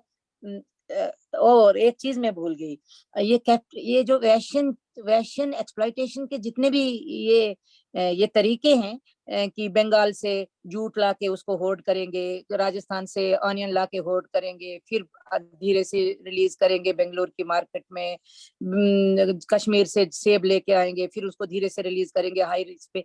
ये होता क्या कब है? और ये प्राउड इसको कैसे कट करेगा? हम जब प्रैक्टिकल क्लास लेंगे प्राउड की ना, समाज की, तो देखिए प्राउड में क्या है। प्राउड में ये होगा ही नहीं कि बंगाल से लाना, बिहार से लाना, ये होगा ही नहीं।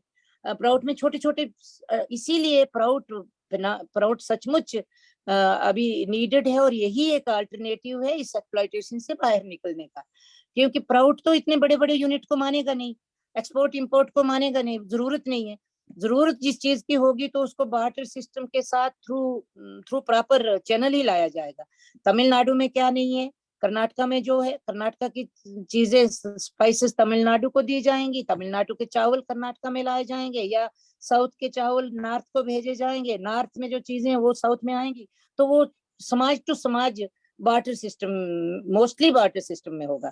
तो पैसा में जितनी करप्शन होती है, बार्टर में करप्शन नहीं होती है। और पैसा जो है तो वो ऊपर से नहीं आएगा। प्राउड की जो डेमोक्रेसी है, इकोनॉमिक डेमोक्रेसी जो बोलते हैं हम, डिसेंट्रलाइजेशन ऑफ इकोनॉमिक पावर्स जो बोलते हैं, तो फर्ज कीजिए जब पैसा ऊपर से नहीं आ रहा, अभी हम बैठे हुए हैं कि हम फार्मिंग करेंगे, फिर बेचेंगे, फिर ट्रेडर बेचेगा, ट्रेडर फिर हमें जितना पैसा देगा उतना ही मिलेगा, है ना?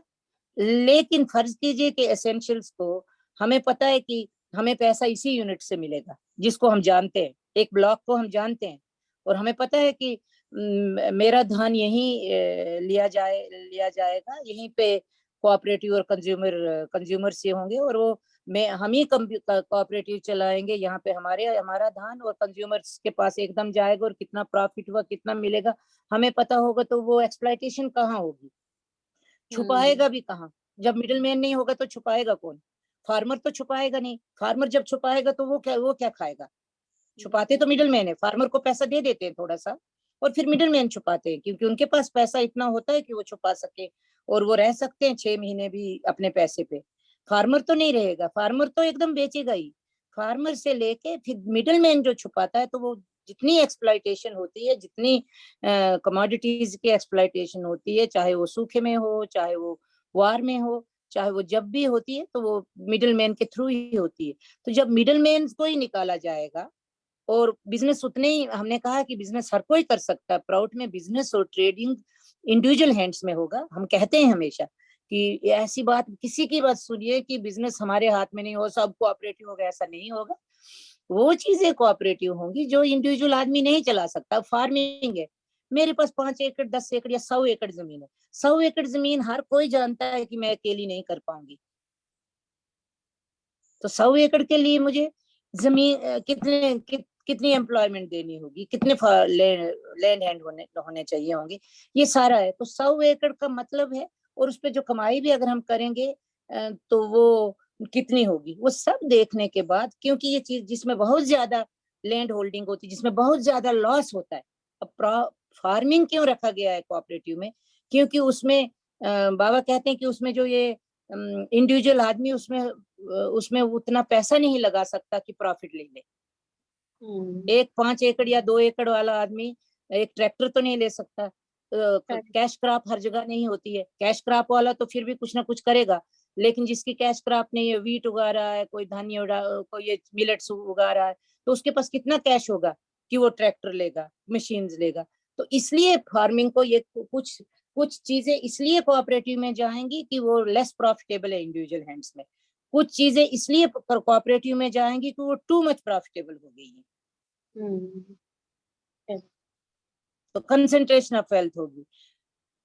तो कंसंट्रेशन ऑफ वेल्थ को भी काटने के लिए कोऑपरेटिव्स होंगी, और नॉन प्रॉफिटेबल को प्रॉफिटेबल बनाने के लिए भी कोऑपरेटिव्स होंगी। तो दोनों चीजों के लिए इसलिए फार्म कोऑपरेटिव में जाएंगे, नॉन प्रॉफिटेबल लैंड को प्रॉफिटेबल बनाने के लिए। लेकिन बड़े बड़े बिजनेस जब बड़े हो जाते हैं, जब एक इंडिविजुअल फैमिली से या 20 लोगों से नहीं संभलते और टू मच हो जाते हैं, तो कंसंट्रेशन ऑफ वेल्थ हो जाती है। इसीलिए जो प्राउड कहता है कि सीलिंग लगेगी, तो सीलिंग छोटी छोटी चीजों पे नहीं लगेगी। हमारा क्योंकि हमारा क्रेनियम छोटा है, छोटा सोचता है, तो हम सोचते हैं कि शायद 50,000 ही काफी सैलरी होगी, उस पर सीलिंग लगनी चाहिए। क्योंकि जब मैं 500, जब मुझे महीने का 10,000 भी नहीं मिल रहा है, तो मेरे लिए जो 50,000 या 1 लाख कमा रहा है, वो तो कैपिटलिस्ट हो गया ना। सही बात। तो ये जो साइक है इंसान की, कि वो तो बहुत ज्यादा पैसा कमाता, उसकी तो 1.5 लाख है और मेरी तो 10,000 भी नहीं है, तो ये जो 1.5 लाख कमाने वाला ये कैपिटलिस्ट है। तो बीच में आ जाते हैं कुछ खूंखार और भेड़िए लोग लीडरशिप की तरह, वो कहते हैं ये आदमी तुम्हारा खा रहा है, इसको मारो। और फिर शुरू हो जाता है बीच में वो मैटर सेंटर्ड वाले, फिर आ जाते हैं मैटर सेंटर्ड वाले। डॉगमा सेंटर्ड वाले तो पहले भी थे, मैटर सेंटर्ड वाले आके बोलते हैं कि इनको काटो मारो, हमें फूट दो। तो ये सारी चीजें हम आगे की क्लासेस में क्वेश्चन आंसर में भी लेंगे, लेकिन क्लियर कट होना चाहिए हमें कि प्राउड होगा क्या और प्राउड इन चीजों को निकालेगा कैसे। फिर हम अप्लाइड प्राउड की क्लासेस जब लेंगे तो ये चीजें कैसे कट करेगा प्राउड, ये चीजें होनी चाहिए। थैंक यू वेरी मच दीदी। और आज का सेशन बहुत ज्यादा इम्पोर्टेंट था हम लोगों के लिए, बिकॉज जो एरा इस वक्त चल रही है वो वैशन एरा ही चल रही है। इनफैक्ट वो तो सूडो वैशन एरा चल रही है, बट उसको समझने के लिए भी पहले हमें वैशन एरा को समझना होगा, और उनकी क्या कैरेक्टरिस्टिक्स हैं और उनकी क्या वीकनेसेस है वो भी समझनी होगी। तो आज के संदर्भ को देते हुए दीदी, आपकी बहुत ही इम्पोर्टेंट क्लास थी, और थैंक यू। मेरी रिक्वेस्ट करने पर आपने आज थर्ड प्रिंसिपल को भी थोड़ा सा इंट्रोड्यूस करके हम लोगों को समझाया, और अप्लाइड साइड ऑफ प्राउड के भी कई चीजें आपने हमसे डिस्कस की हैं। तो मेनी मेनी थैंक्स दीदी। जो आपकी क्लासेस हैं ये एक्चुअली में जेंट्स हैं, और now I request other members also if they want to share their feedback, या उनको भी इस सब्जेक्ट में कुछ नॉलेज है और they want to share it, तो प्लीज बताएं। कोई क्वेश्चन, कोई क्वेरी, क्योंकि अब हम वर्ण व्यवस्था को आज हमने यहाँ पर समाप्त किया। हालांकि ये चलेगा कंटिन्यूअसली, इसका रेफरेंस आएगा आएगा, बट जो एज अ होल जो कॉन्क्रीट है वो आज हमने यहाँ पे समाप्त कर दिया। तो वर्ण व्यवस्था को लेकर अगर किसी, वर्णा को लेकर, व्यवस्था नहीं वर्णास को लेकर अगर किसी के मन में कोई डाउट है या कोई इनपुट्स हैं, वो प्लीज अपना माइक अनम्यूट करके दीदी से पूछ सकती हैं, हमारे साथ शेयर कर सकते हैं।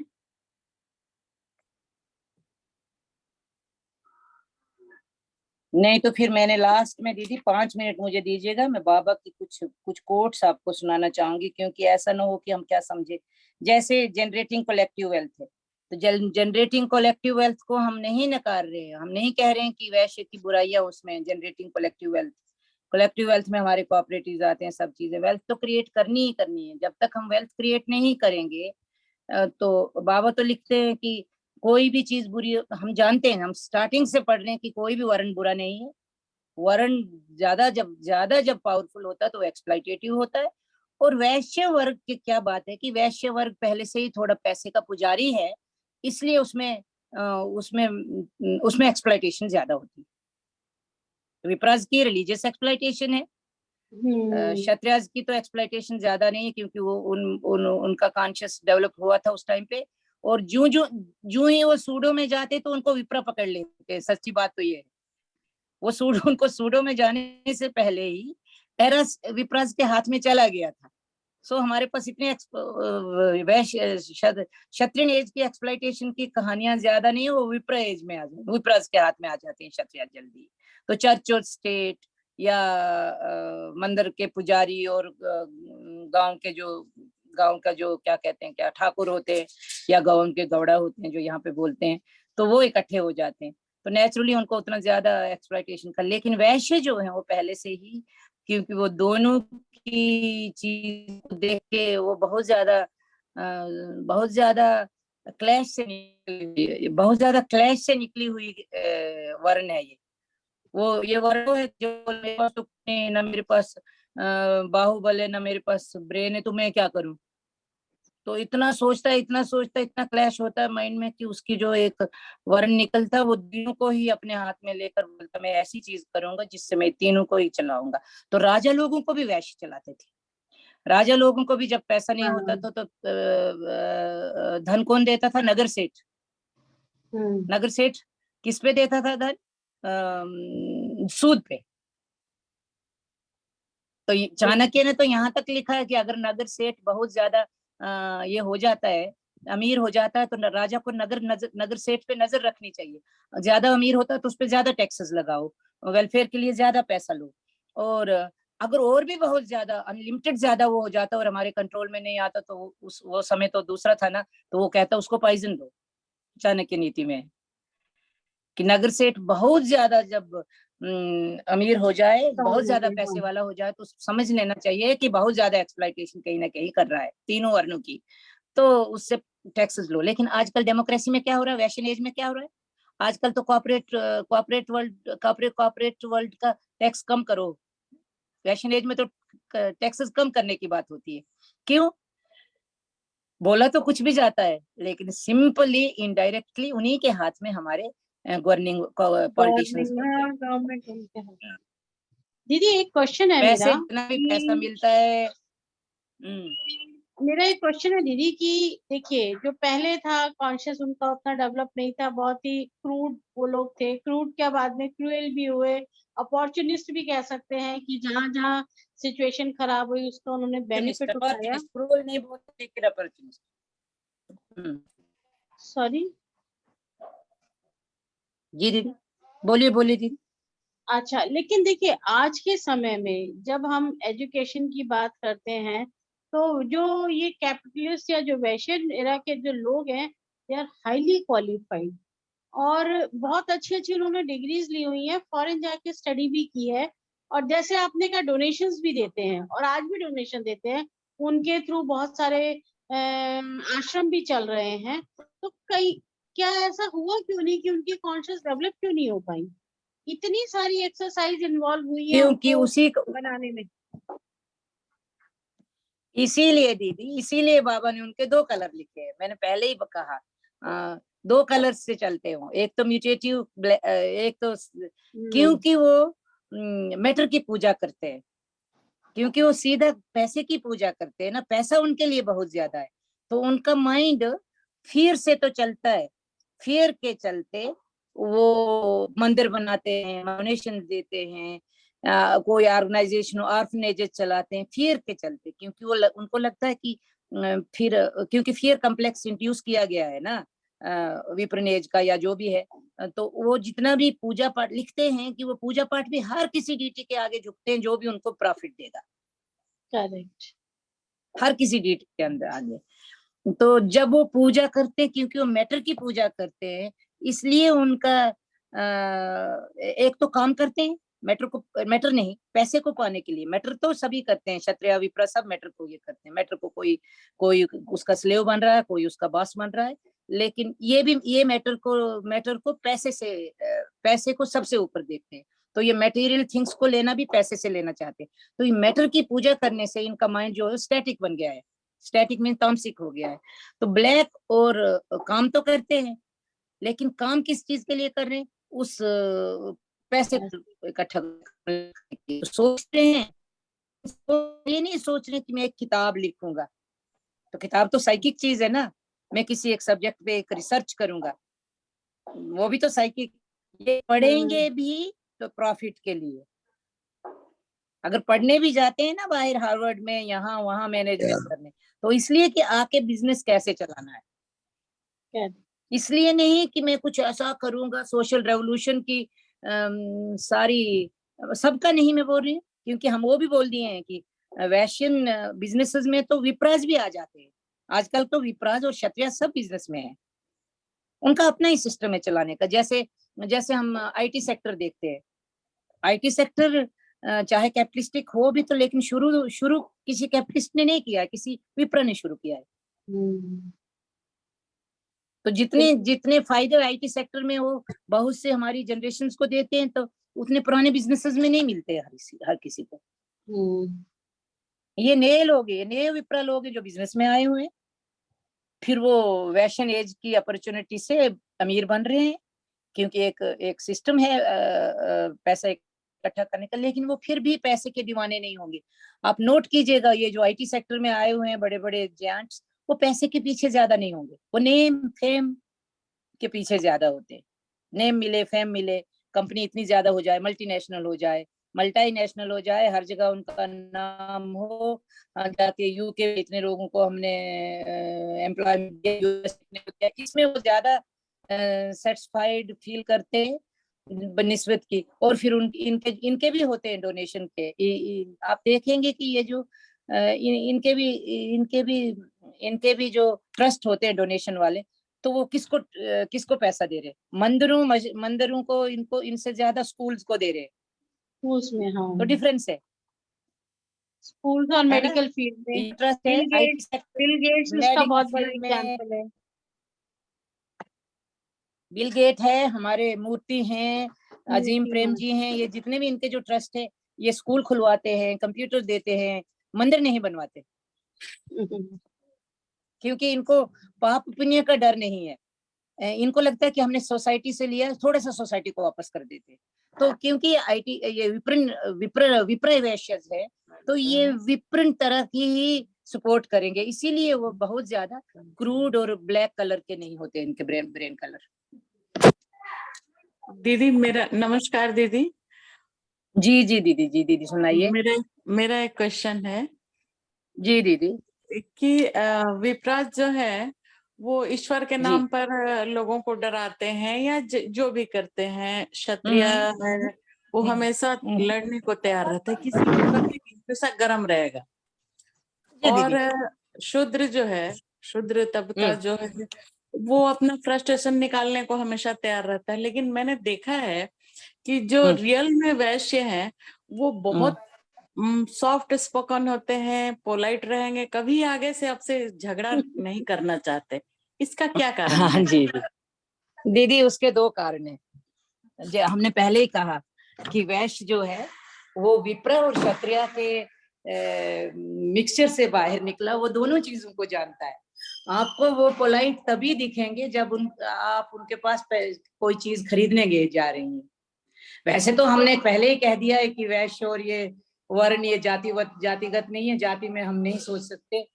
वो उनको पोलाइटनेस इसलिए होती है कि वो तब पोलाइट होते। हमारे एक दादा कहते थे कि जब आप दुकानदार को, तो मैं वैश्य नहीं बोल रही हूँ, मैं ऐसे एग्जाम्पल दे रही हूँ, जैसे आप दुकान ले या कोई भी चीज ले, वैश्य की बड़ी सी चीज ही ले, खरीदने जा रहे हैं, तो आप उनका आपके साथ दूसरा बिहेवियर होता है, वापस देने जाइए।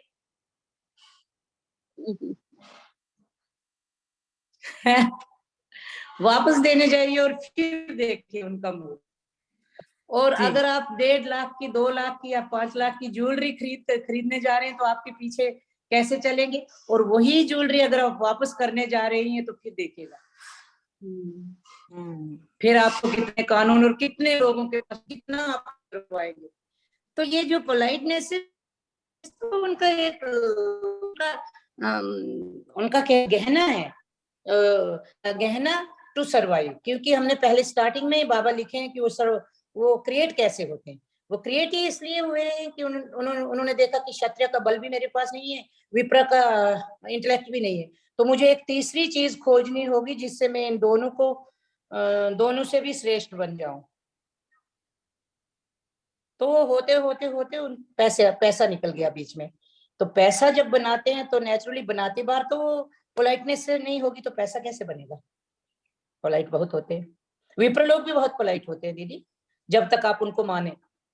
फिर जब नहीं माने तो फिर वो कर्ज भी करते हैं। जब तक आप पूजा करेंगे, पाठ करेंगे, उनको पूजा के लिए, पाठ के लिए बुलवाएंगे तो बहुत जजमान बहुत अच्छे हो, लेकिन कुछ आगे पीछे कीजिए तो वो फिर कर्ज भी करने पे पीछे नहीं जाते हैं। तो ये तो छोटी सी हमारे बीच में Thank you, सत्यवती दीदी। दीदी ने हैंड रेज किया है। सत्यवती दीदी जी आप माइक अनम्यूट करके पूछिए अपना क्वेश्चन।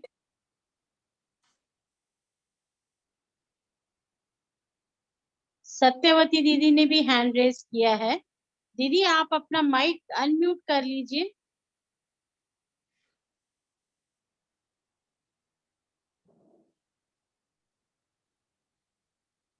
दीदी की आवाज नहीं आ रही है। हाँ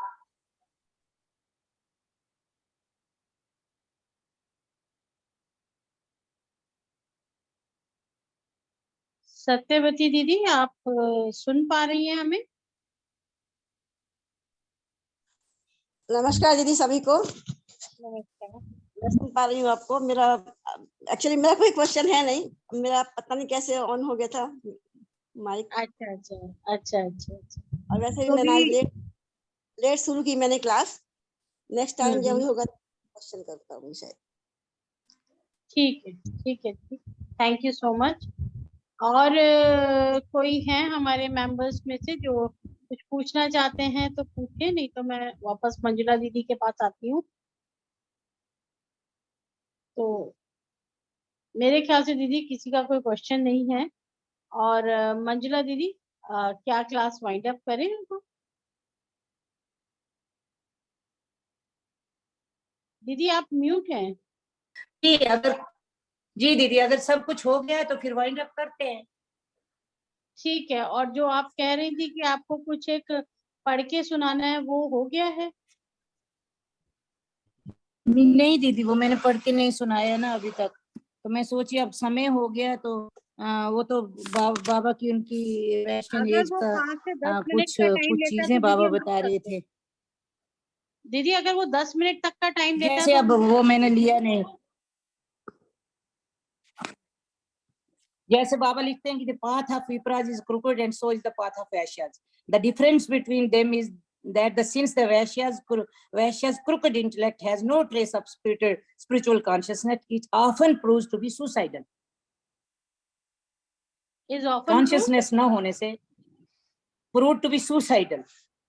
ओके। वैश्य का जो इंटेलेक्ट है, हेलो दीदी, हाँ हाँ दीदी सुन रही हूँ। सुनाई दे रहा है ना? तो बाबा बिल्कुल ये लिखते बिल्कुल। थे इसलिए ये, जैसे कि बाबा कहते हैं विप्रा और वैश्य का क्रूक्ड इंटेलेक्ट होता है, लेकिन डिफरेंस है कि विप्रा का इंटेलेक्ट कॉन्शियसनेस के थ्रू होता है और वैश्य की स्पिरिचुअल कॉन्शियसनेस बिल्कुल नहीं होती। It often proves to be suicidal. A dreadful calamity will befall society if those who have intellectual capacity squander it by running after mundane pleasures instead of utilizing it to realize spiritual bliss. If they, तो ये तो बड़ा लंबा है कि वो वही कहते हैं जो हमने कहा कि वो हर जगह ये बनाने में उनका कॉन्शियस होता ही नहीं है, तो वो कोई मर रहा है, मरते बार भी बच्चा मर रहा है लेकिन उसको एडल्ट्रेटेड मेडिसिन देते बार उनको कोई दया नहीं आती, कोई शर्म नहीं आती। सुनाई दे रहा है ना दीदी? बिल्कुल बिल्कुल दीदी, सुनाई दे रहा है। उसी तरह बाबा प्रोस्टिट्यूशन में भी लिखते हैं कि disease of prostitution was the creation of vaishyas. पहले हमने कहा था ना कि विप्र लोगों ने इसको बढ़ाया था, लेकिन क्रिएट किया वो वैश्यास का as a result of excessive wealth जो होती है, तो वेल्थ को कैसे खर्च करना है तो वो वैश्यास ने सिखाया, तो विप्राज ने उनको अप्रूव किया। तो और भी बहुत सी चीजें दीदी, हमें जब समय मिलेगा तो हम जरूर कुछ बाबा की किताबों से मैं इकट्ठा करके पढ़ूंगी। मुझे मिला नहीं था, किताब अभी मिली, मैंने रखा था, मैंने नोट करके रखा था, तो अभी मिला मुझे ये 2-3 चीजें जो हम लोग बोलते हैं ना कि हमको वैश्यस के एंटी नहीं दिखने चाहिए, लेकिन उनकी क्वालिटीज में ये कुछ ऐसी क्वालिटीज है। सबसे बड़ी क्वालिटी तो हमें ये लगना चाहिए कि उनमें कॉन्शियस जो है तो वो ना तो विप्राज की तरह है ना तो क्षत्रियाज की तरह है। कॉन्शियसनेस जब डेवलप नहीं है, डेवलप तो है लेकिन क्रूडर हो गई है, डेवलप्ड कॉन्शियसनेस क्रूडर हो गई है, तो इसलिए वो किसी को भी प्रॉफिट के लिए। हाँ, एक और चीज बाबा लिखते हैं कि क्षत्रियज तो अपने ऑनर के लिए कुछ भी मरने के लिए भी तैयार, मारने के लिए, लेकिन वैश्य लोग ऐसे होते हैं जो अपने पैसे के लिए, प्रॉफिट के लिए किसी को भी बेच सकते, तो लॉयल नहीं होते, मतलब उनको प्रॉफिट दिखता है तो लॉयल्टी और प्रॉमिस कीप अप करना वो होता ही नहीं। इसीलिए देखिए, हम देखते हैं आजकल की वैश्यन सोसाइटीज में एग्रीमेंट सिस्टम है। क्षत्रिय सोसाइटी में एग्रीमेंट की जरूरत नहीं होती थी, जबान से बोल दिया तो बोल। लेकिन क्योंकि वैश्यन सोसाइटी में किसी को भी ट्रस्ट नहीं किया जा सकता, वो पैसे के लिए, बाबा लिखते हैं, वो कुछ भी बेच सकते हैं। लेकिन क्षत्रिय सोसाइटी में क्या था कि कुछ ऑनर हैं, वीक लोग हैं, वुमेन है, वुमेन का ऑनर है, बच्चे का, बूढ़ों को उनको संभालना है, उनको प्रोटेक्ट करना है, वो सिस्टम था। वैश्यज में वो कुछ नहीं। अगर वैश्य लोगों के लिए माँ बाप को बेचना भी है तो बेचने को तैयार है। अगर बेटी को भी बेचना पड़े तो वो बेचने को तैयार। पैसे के लिए वैश्य लोग कहीं भी झुकते हैं और कहीं भी फ्लेक्सिबल हो जाते हैं। तो यही चीजें हम देख रहे हैं, हम क्वेश्चन आंसर में ये चीजें ले सकते हैं दीदी, जब भी बाद में भी तो इसी चीज पे क्लासेस होंगी। ठीक है तो ये दीदी, बाबा का लिखा हुआ था, इसलिए मैं पढ़ के सुनाना चाहती थी कि ऐसा ना लगे कि ये हम अपना दिखा रहे हैं। बाबा का जैसे क्रूकेड इंटेलेक्ट लिखे हैं, प्रोस्टिट्यूशन में वैश्य लोगों का और वेल्थ जनरेशन और वैश्य की एक्युमुलेशन में डिफरेंस बाबा लिखे हुए हैं अपने इसमें, तो वो मैं पढ़ के सुनाना चाहती थी। लेकिन बाद में भी तो हम इसी चीज पे क्लासेस लेंगे और हम बाद में भी इस चीज को पढ़ के सुना सकते हैं। ठीक है दीदी, ठीक है, थैंक यू। ठीक है, so thank you very much Manjula didi for such a valuable session today. और कल भी हम लोगों की क्लास है, वो नमः शिवाय शांताय। हाँ, तो I am requesting everybody to join. और बहुत ही जल्दी हम एक और वेबिनार भी करने जा रहे हैं, तो होपफुली वो कल हमारा फाइनल होगा, the date, day and the speaker. तो उसी के साथ ही मैं उसको भी सबको इंट्रोड्यूस करूंगी, उस इंफॉर्मेशन को भी सबके साथ शेयर कर दूंगी। और thank you so much for everybody who joined with patience and listen everything. और अभी इसके बाद भी अगर कोई क्वेश्चन आपके मन में आता है तो आप नेक्स्ट क्लास में हम लोग उसको ले सकते हैं। इन्हीं सब शब्दों के साथ आज की मीटिंग को हम लोग यही समाप्त करते हैं। और नमस्कार सबको, परमपिता बाबा की जय। जय। नमस्कार।